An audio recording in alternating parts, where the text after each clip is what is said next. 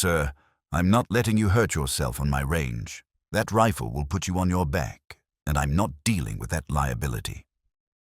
The range officer's voice carried across the firing line at Desert Valley Precision Range. His arms crossed, his expression mixing concern with condescension. Kenneth Harrison, 74 years old with hands that trembled slightly from age, had just requested access to Lane 12, the long-range bay equipped for shots beyond 1,000 yards.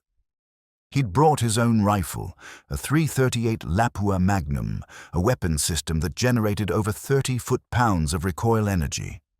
The range officer had taken one look at Kenneth's weathered face, his thin frame, his careful movements, and decided this old man had no business behind that kind of firepower. When Kenneth fired 3 rounds at 1,400 yards and grouped them in a 2-inch circle, every person on that range fell silent. If you believe we should never underestimate someone based on age, type respect in the comments below. Kenneth Harrison lived alone in a modest ranch house outside Victorville, California, about 20 miles from the shooting range he visited twice a month. His wife Dorothy had passed 3 years ago, and his son lived in Virginia with his own family. The house was quiet, too quiet most days, filled with memories and photographs that Kenneth tried not to look at too often. He had been a teacher after he left the service, spent 30 years teaching high school mathematics, retired in 2008, and then slowly watched his life become smaller and smaller until it was just him, his routines, and the shooting range.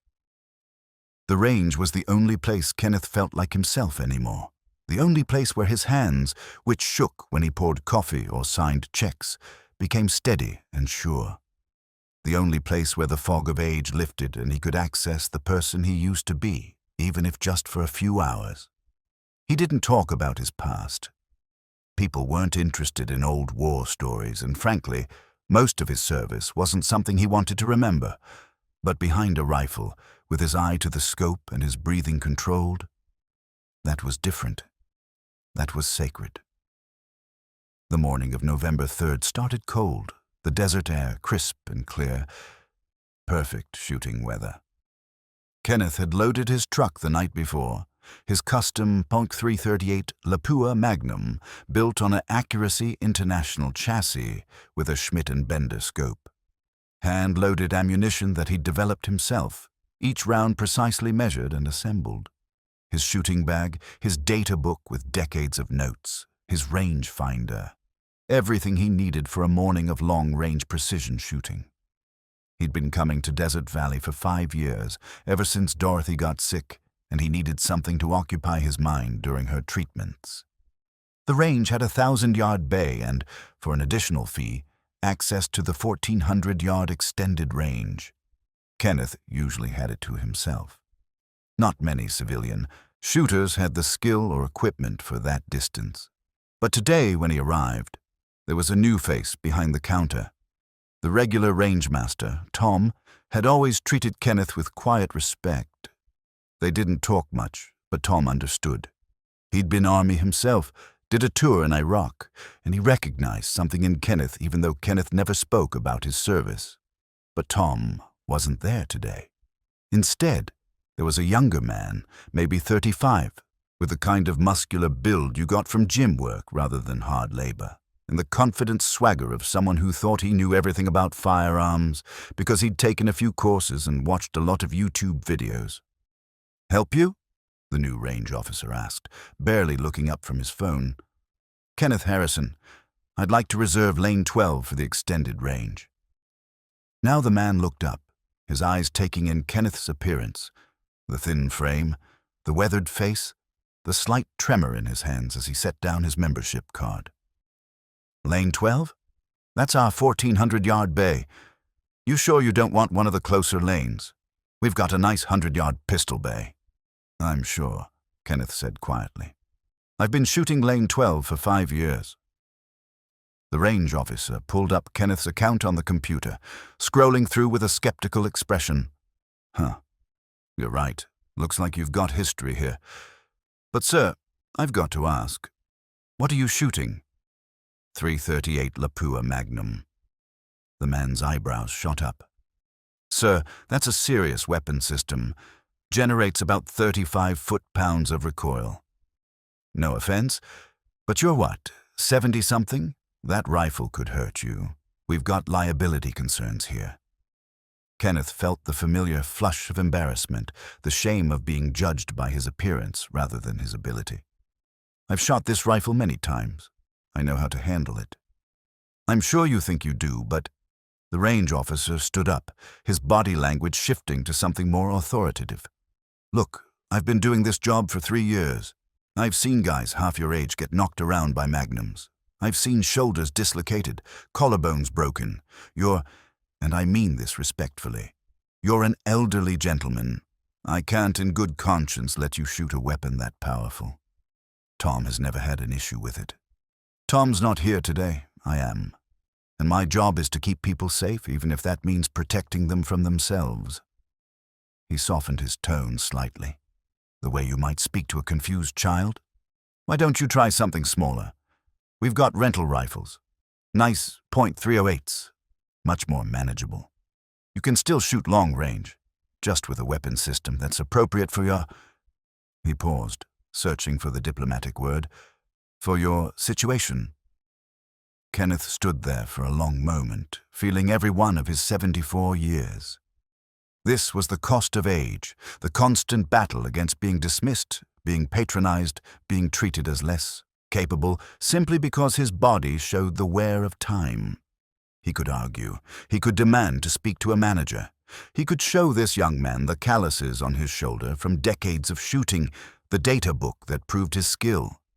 But he'd learned long ago that words rarely changed minds. Only demonstration did. Let me show you, Kenneth said quietly. Give me 3 shots. If I can't handle the recoil, if I show any sign of injury or poor form, I'll leave, but I'm asking for the chance to prove myself. The range officer looked uncertain, clearly weighing his authority against the potential scene of refusing a paying customer. Behind Kenneth, 2 other shooters had entered, waiting to check in. Making a scene wouldn't look good. Fine, he said finally. 3 shots at 100 yards. You handle those well.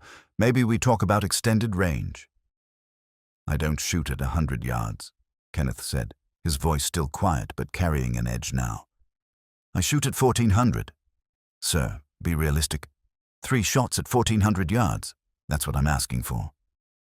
The range officer laughed, not cruelly, but with the kind of amusement you'd show someone proposing something absurd.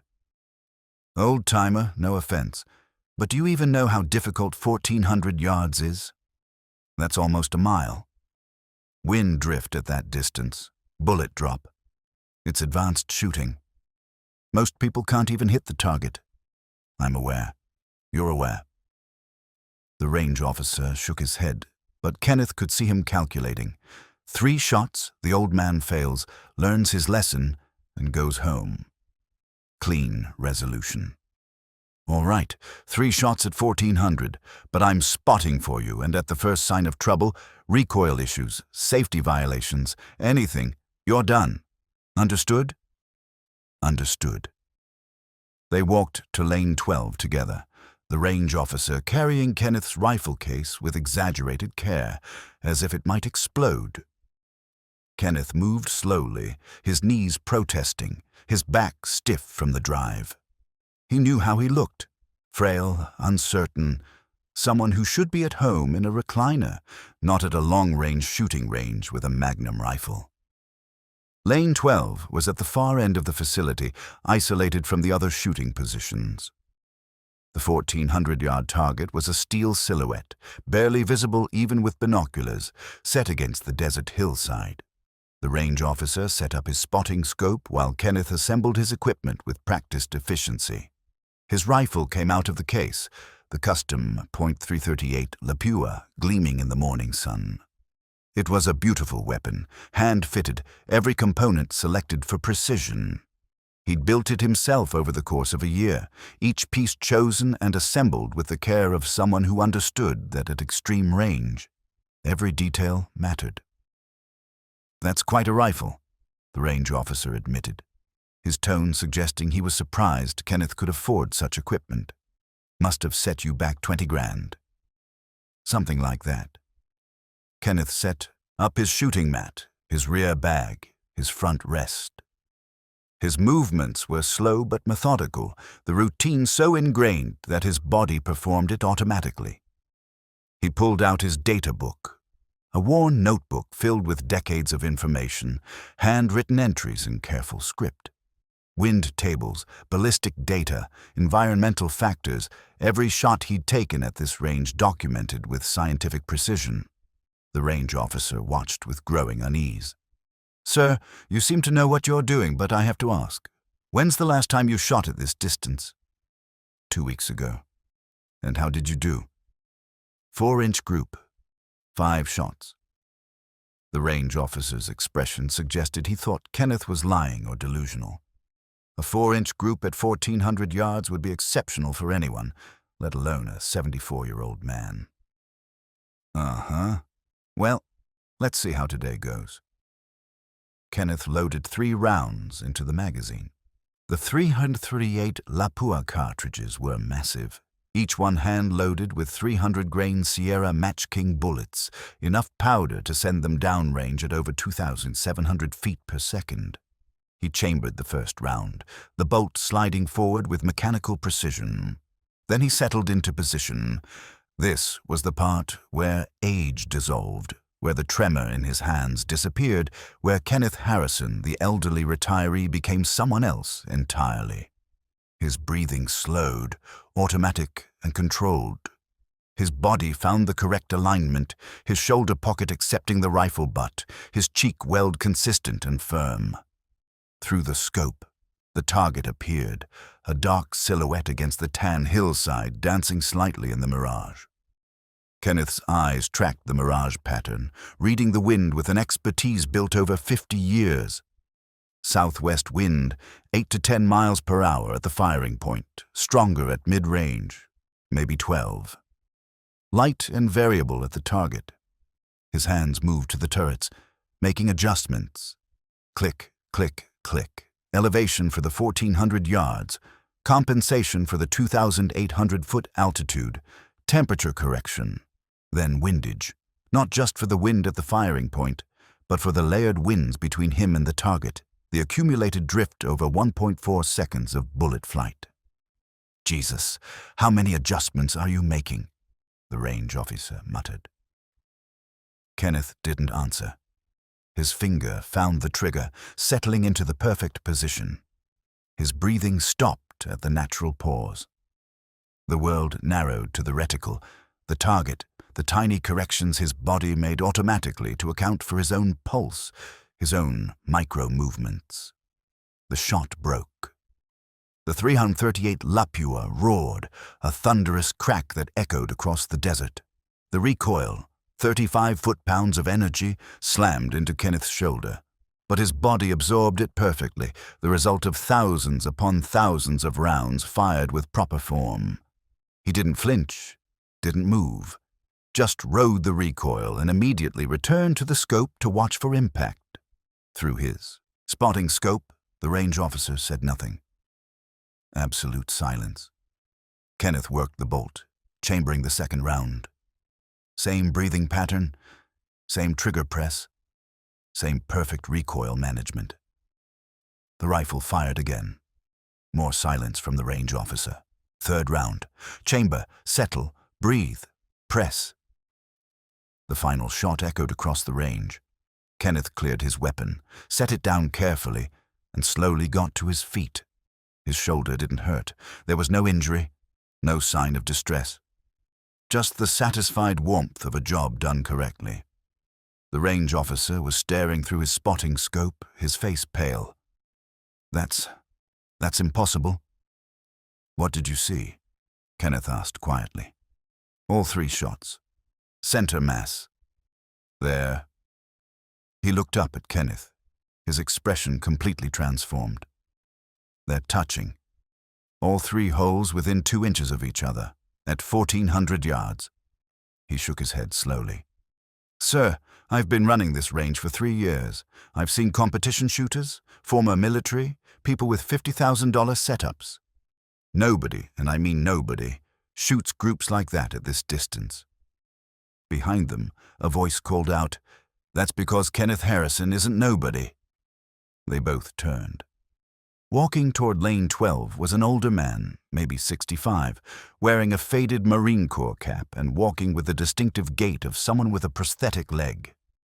Kenneth recognized him immediately. Jim Reeves, another regular at the range, former Marine Corps infantryman who'd lost his leg in Fallujah. "Jim," Kenneth said quietly. "Kenneth." Jim nodded respectfully, then turned to the range officer. "Son, you just told one of the greatest scout snipers in Marine Corps history that he couldn't handle a rifle. Do you have any idea who you're talking to?" The range officer looked between them, confusion and dawning horror mixing on his face. "Scout sniper?" "Not just any scout sniper," Jim continued. He'd moved closer, his voice carrying the weight of absolute certainty. "Master Sergeant Kenneth Harrison. Served from 1968 to 1998. 3 tours in Vietnam, 2 in Beirut, 1 in Panama. Both Gulf Wars, Somalia. He was a scout sniper for 30 years before they moved him to training command." Kenneth felt his face flush. "Jim, that's not necessary." "Yes, it is necessary," Jim said firmly. "This young man just treated you like an incompetent old man who didn't know which end of a rifle the bullet came out of. He needs to understand exactly how wrong he was." The range officer had gone completely pale. "Sir, I had no idea. I was just concerned about safety." "You were concerned about liability," Jim corrected. "Which I understand, but you made assumptions based on age rather than asking about experience." "Kenneth, show him." Kenneth hesitated. He didn't like doing this. Didn't like using his service record as a weapon or a credential, but Jim was right. Sometimes people needed to see the truth in black and white. From his wallet, Kenneth pulled out a worn document, his DD Form 214, his military discharge papers. He'd carried it for decades, not out of pride, but because VA services sometimes required it. He unfolded it carefully and held it out to the range officer. The young man took it with trembling hands, his eyes scanning the official military document. Kenneth watched his face change as he read the entries. Branch, United States Marine Corps.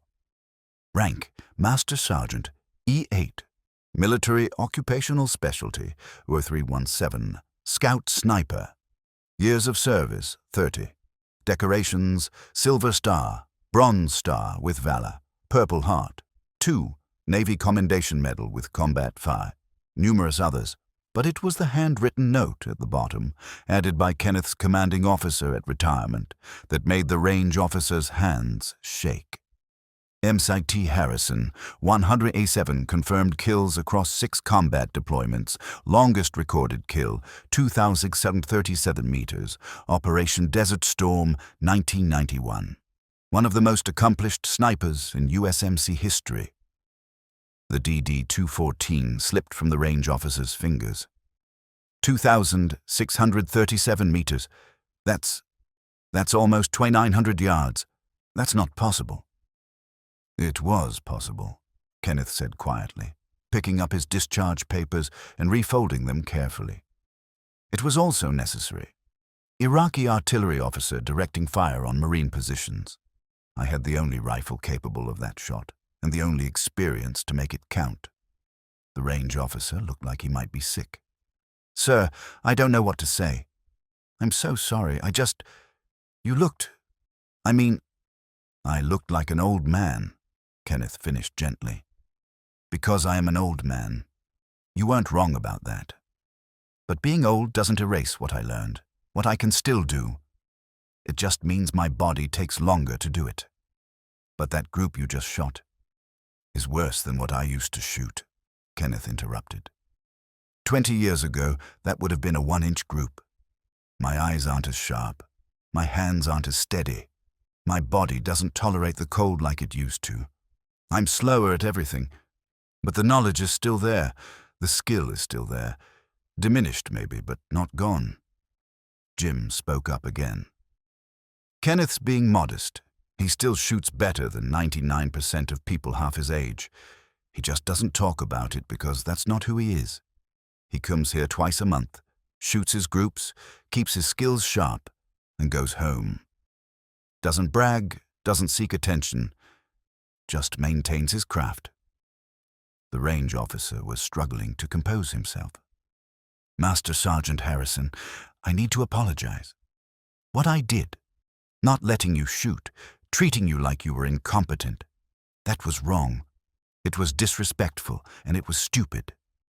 You were doing your job, Kenneth said, trying to keep people safe. I don't fault you for that. But I should have asked, should have checked your records or at least listened when you tried to tell me you had experience. Instead, I just saw an old man and made assumptions. Then learn from it, Kenneth said simply. That's all any of us can do. Make mistakes, learn, do better next time. The range officer nodded slowly. Sir, if you're willing, would you teach me about long-range shooting? I thought I knew what I was doing, but watching you work, seeing that group, I don't know anything. Kenneth studied him for a long moment. The young man looked genuinely chastened, genuinely interested. And wasn't that the point? Not to humiliate people for their mistakes, but to help them learn, to pass on knowledge that had been earned through decades of hard experience. All right, Kenneth said. I come here twice a month, first and third Saturdays. If you're working those days and you're genuinely interested, I'll teach you what I can. I'll be here, the range officer said immediately. I promise. For the rest of that morning, Kenneth stayed at Lane 12. The range officer, his name was Derek, watched as Kenneth fired group after group, each one tight and consistent, each one demonstrating mastery that couldn't be faked or fluked.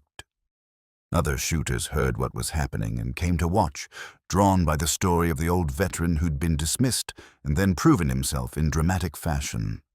Jim stayed too, setting up at the adjacent lane with his own rifle. Between shots, he told Kenneth, You need to be less quiet about who you are. People need to know. Young shooters, especially. They need to learn from people like you. I'm not interested in being famous, Jim. I'm not talking about fame. I'm talking about teaching. You spent 10 years at sniper school training the next generation. Why'd you stop just because you retired? Kenneth didn't have a good answer for that. The truth was, he'd stopped because he thought nobody wanted to hear from an old man, thought his time had passed, thought he should just fade quietly into retirement. But watching Derek's face, seeing the genuine hunger to learn, Kenneth realized he'd been wrong. The story spread quickly. Someone had filmed part of the session. Kenneth's 3-shot group at 1,400 yards, Derek's shocked reaction, the reveal of Kenneth's service record. The video went viral within days, shared across shooting forums, military communities, social media platforms. The comments were overwhelmingly supportive, with thousands of people sharing similar stories of underestimated veterans, overlooked expertise, and the importance of respecting experience regardless of age. But Kenneth didn't care about viral videos or internet fame. What mattered was that Derek showed up the next first Saturday, eager to learn, and the third Saturday after that, and every session thereafter. Kenneth taught him wind reading, trigger control, proper breathing, all the fundamentals that couldn't be learned from YouTube videos or weekend courses. Derek proved to be an attentive student, humble enough to accept instruction, smart enough to apply it. Within 3 months, Derek was shooting groups at 1,000 yards that would have been impossible for him before. Within 6 months, he'd helped Kenneth start an informal long-range shooting school at Desert Valley. Every first Saturday, Kenneth would teach anyone who showed up and was willing to learn. The classes grew from Derek to 5 shooters to 20 to sometimes 40 people, ranging from complete beginners to experienced marksmen who wanted to refine their skills. Kenneth's life transformed. The quiet, empty days became filled with purpose. He spent his weeknights preparing lesson plans, his weekends teaching, his in-between time answering emails and phone calls from students with questions. His house was still quiet. Dorothy was still gone. His son was still across the country, but Kenneth was no longer just existing. He was contributing, teaching, passing on knowledge that had been earned through blood and sacrifice and 50 years behind a scope. On his 75th birthday, Derek presented him with a gift, a custom-made instructor patch, reading Master Sergeant Kenneth Harrison, Scout Sniper, 187, 2600, Magnum. Below that, in smaller text, never judge a book by its cover. "It's for your shooting jacket," Derek explained, "so that nobody ever makes the mistake I made, so that every student who comes through your classes knows exactly who they're learning from." Kenneth held the patch, feeling the weight of it, the history it represented, the pride and pain mixed together. "Derek, I don't need people to know about my record." "Maybe you don't need it," Derek interrupted gently. "But we do. Your students do. Not because it makes you superior, but because it reminds all of us that expertise doesn't have an expiration date, that age doesn't equal incompetence, and that the person we dismiss today might be the master we desperately need tomorrow." Kenneth sewed that patch onto his jacket that evening, his arthritic fingers struggling with the needle but eventually getting it done. The next Saturday, when he showed up to teach, every one of his 40 students stood and applauded. Not for his kill count or his longest shot or his decades of service, but for his willingness to teach, to share, to prove that true mastery is about passing knowledge forward, not hoarding it. Because age doesn't diminish expertise, it refines it. Experience doesn't fade with time, it deepens. And the old veteran who looks frail and uncertain might just be the most accomplished professional you'll ever meet. Kenneth Harrison proved that on a desert shooting range one November morning, when the range officer who dismissed him learned the hardest lesson of his life. Never judge someone's capability by their appearance, and always show respect to those who've walked the path before you. Subscribe to my channel if you believe every person deserves respect regardless of their age, and that true expertise should be recognized and honored, not dismissed because of appearances. Share this story if you've ever been underestimated or if you've learned not to judge others too quickly. Because the old man at the shooting range might just be the master who can teach you everything you need to know.